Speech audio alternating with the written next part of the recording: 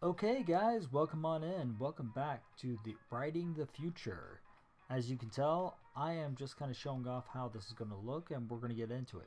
So last week we made our design document. The design document is what we're going to be basically using as a draft. What we know so far is that we're going for 65 to 75k. It's going to be first person limited, low science, high concept fiction, modern setting. Okay. We want to make it about a man who uses alchemical silver in order to enter in and out of the liquid world. All kinds of cool ideas. We're going to be adding on to this as we go on, okay? So far, our main character is Terry Lanius, and we know that he's going to meet Melchior, or possibly Samantha, okay? And we're going to keep changing up the details as we go. And that's just how this is going to work, okay? Now, let me give you a brief explanation of what Writing the Future is all about. Writing the Future is where we work together and we are going to be writing a novel, you and I, step by step. In this case, we're writing a novel called The Silverrunner, and we're going to be starting from right here, the very first line, all the way through. Okay? Now, I always number my parts with this type of nomenclature. Sometimes I'll write 1. This time I'm writing 0. I may change that to a 1. This is the hardest part. We're on a blank page. So, how do we start this? Let me think. Running silver. Running silver. Or what could we write that would work as a first line? The first line is the most important thing we will write for this entire novel, okay? Full stop. We need to hook the reader within the first paragraph, and we need to have a first line that it will be smooth. Now, mind you, we could fix this in revision, and you will see us going through here and revising as well, where we will be highlighting and arguing over every single line to see what comes and goes. And I'll also show you how I use AI to give me developmental edits, just to have it yell at me more or less. Sorry for the shaking camera. Okay, so we're looking for a metaphor about liquid and silver. So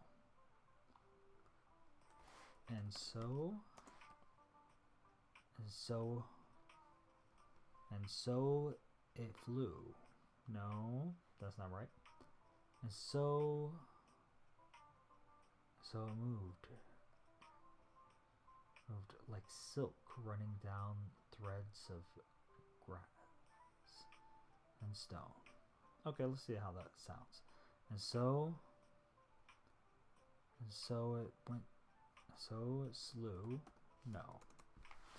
See, this is the hardest part. How do we start a novel? How do we ever start writing something, man? So I could write a metaphor about running.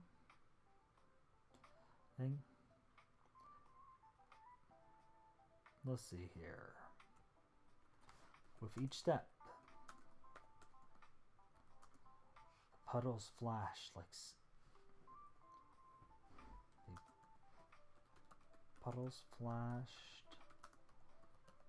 silken dreams upon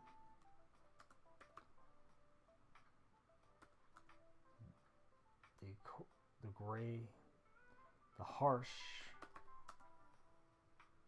reality of the concrete. Pain, a shooting pain, filled my leg, but yet it was not one unknown to me. It was that pain of every man who had to run in order to save their life. Save their life. A feeling so imperishable, but overwhelmed by sheer animal instinct that he knew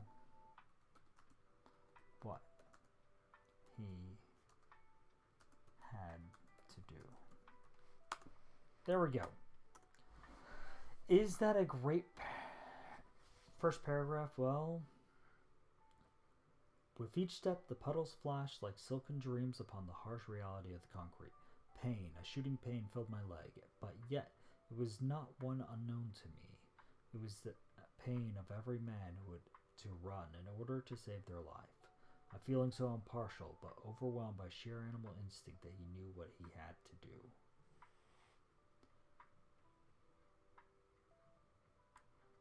I leapt down the corridor. Down the corridor, my feet barely finding purchase as the ground gave way to deep rivets and potholes. A sign of a city that was slowly rotting at its core.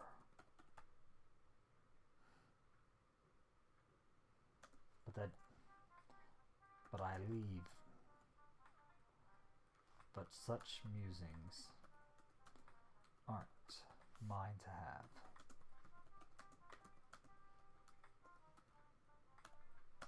After all I know how to do is run.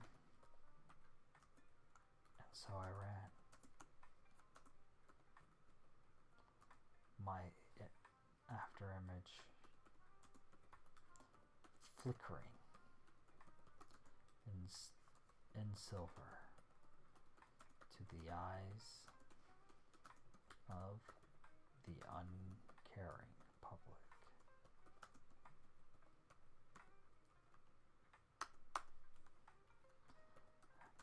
After a few blocks, my heart threatened to give out on me. Felt need to breathe once more.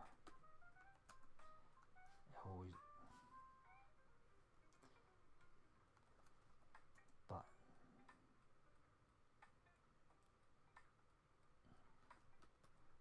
when I opened my right palm, a ray of sunlight shined down upon the golden necklace inlaid with a large piece of white jade.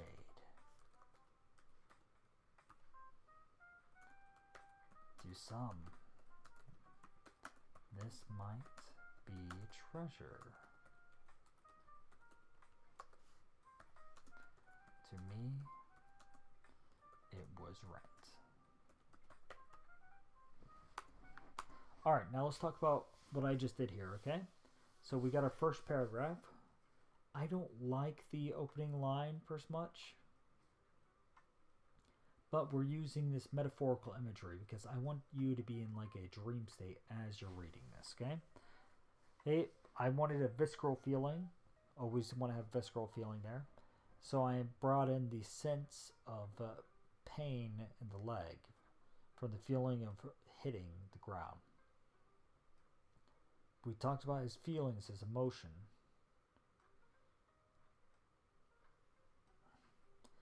And is there a line we could add here?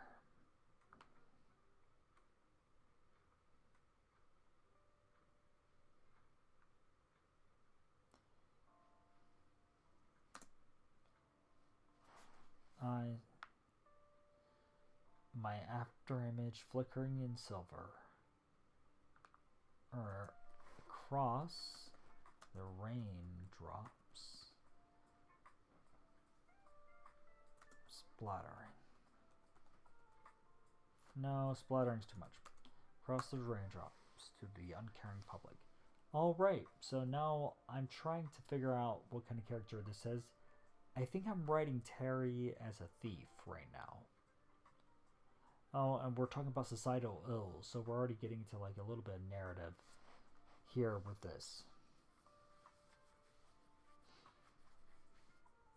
Now, does Samantha know that he's a thief? Probably not. Let's see how we're going to do this.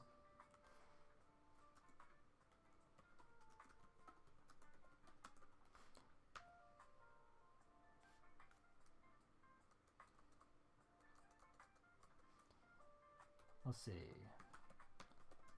Flicking open my cell phone. I dialed.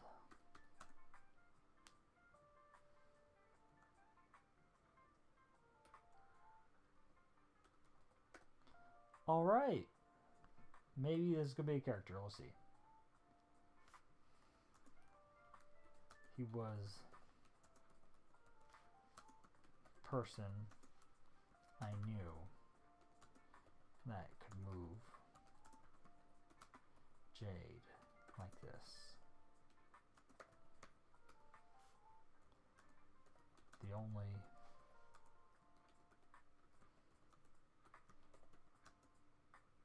only person with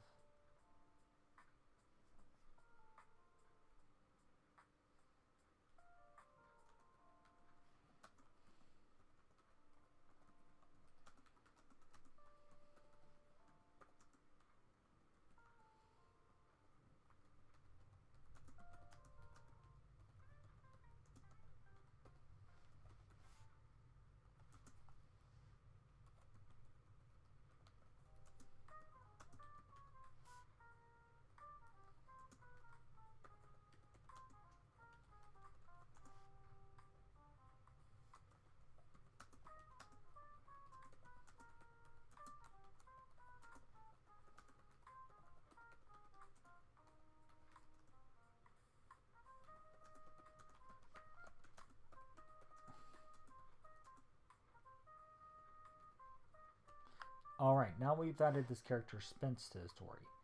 And because we've added Spence here, we are going to go back to our design document, okay? And we are going to quickly create a new character on here, okay? Nope, we want to keep that. Alright, how do I do this? Alright, so we do this 14, bold, underline, Spence. Okay? And for Spence, we are going to make a mark that he is both a fence. Yeah. Okay? So that's his job, is as a fence. And his gender is going to be male. Okay? And let's make that lawyer comment actually his real day job, okay? Give him some more texture. Alright, save our design document. Are we still recording? Yes. Okay. Now, where were we? Right, we're going to flick right back to the draft, okay? So, now we have him dealing with Spence trying to get his pay. We're basically lining him up for the first case where he gets into this, okay? This is only one page right here. This is the first page they will read. 250 words. Or it is 250 words is one page generally. So, pretty strong premise.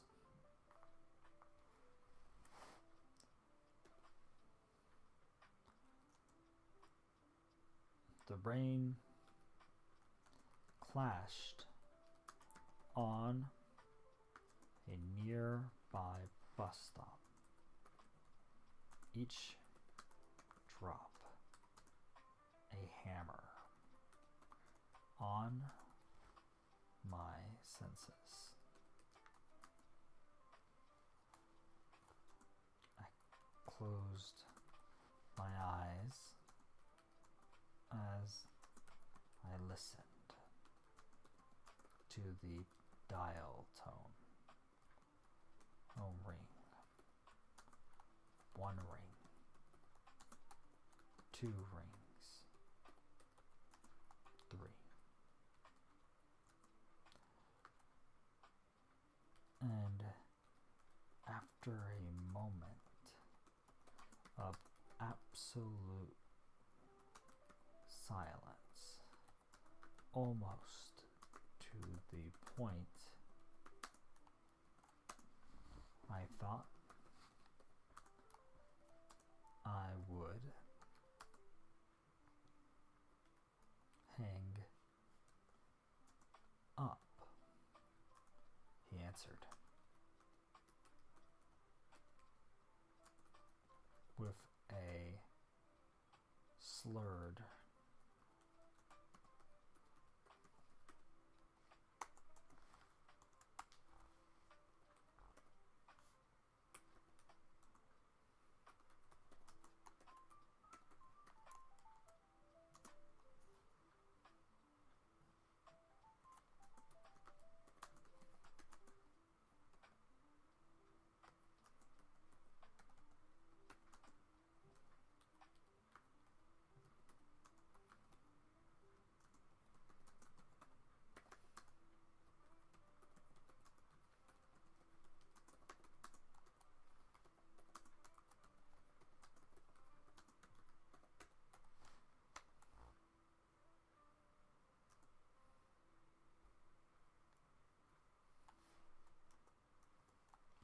I could almost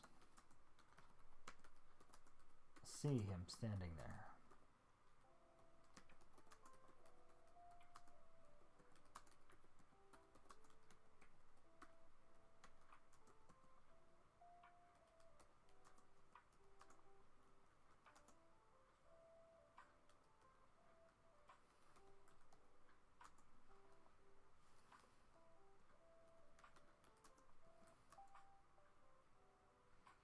Several empty. Let's make them empty. We're writing about him as if he has a hangover, okay? Of whiskey stood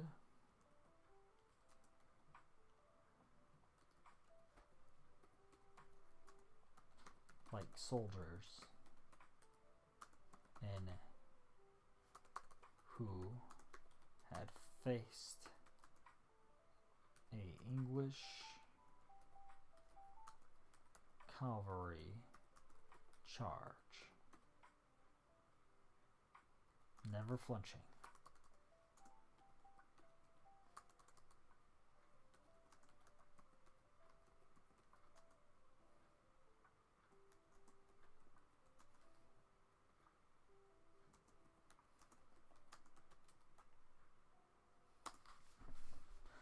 See, I love painting narrative with imagery, okay? So Spence got a hangover. I want to paint this. So we want to create an image of him standing there with this hangover. I want you to completely grasp where he's at, okay? Let's check on our music playlist real quick. How far are we? We're 20 minutes in. I think, even though I know the stream says I'm going to do this for an hour, I think I'm going to call this out after 30 minutes because I am super tired, dude. It is 5:30 a.m.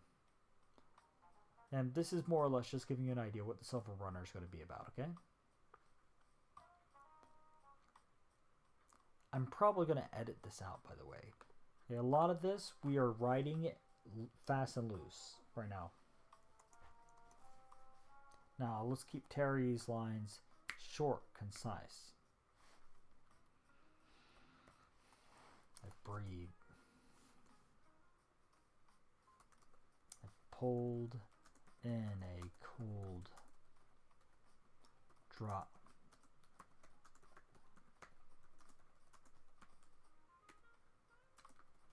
And decided that simple would be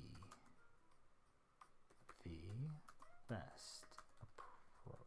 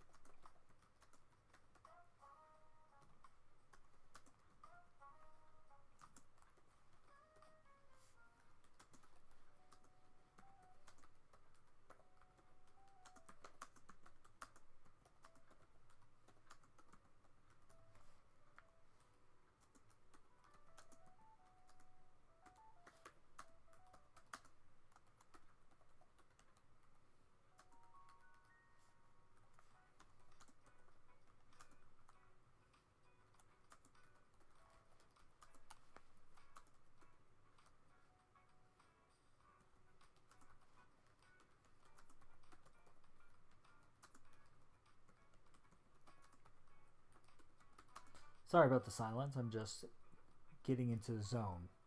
Okay? I found myself mentally scolding myself. This right here is a little weird, the way I wrote this, okay? I want to show Terry's thoughts. And I want to show the hypocrisy of like a man who knows he's doing wrong, but is doing it anyways. Okay? As always, I found myself scolding myself. Mentally scolding myself. A warning that if I kept this up, I would soon become a bad person. As if I was not already.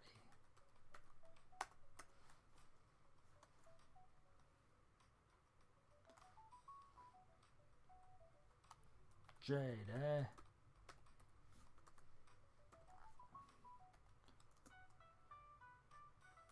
Alright.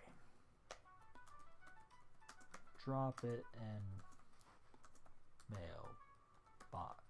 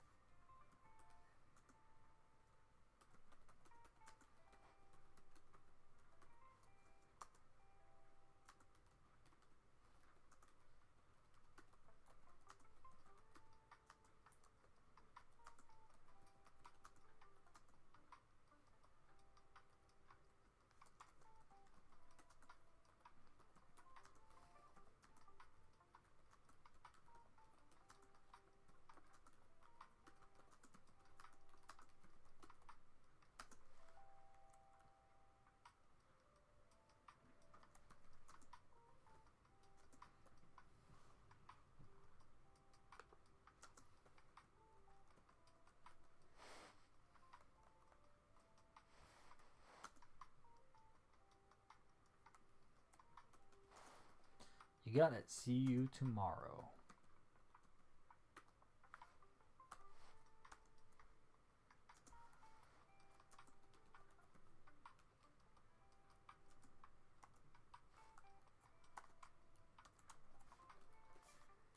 That's just fine and peachy. Now get the hell off my phone.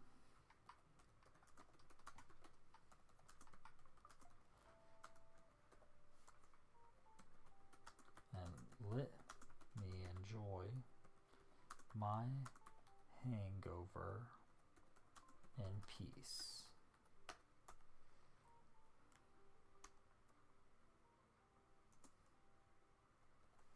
The click was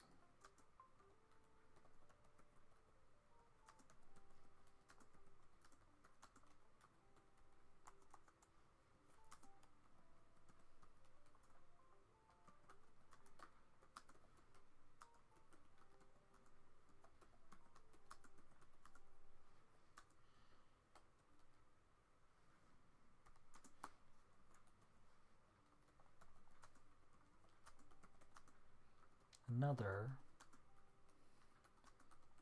weeks. I would need to ditch it.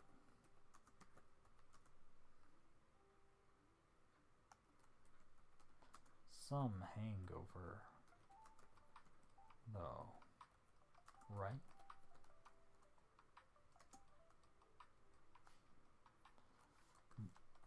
More than likely, who was still just stoned from hitting the yacht club from the night before. And with that, I turned and phased into the mist of the illusory city. In this place, I was completely alone, at least. Alone with only one exception. And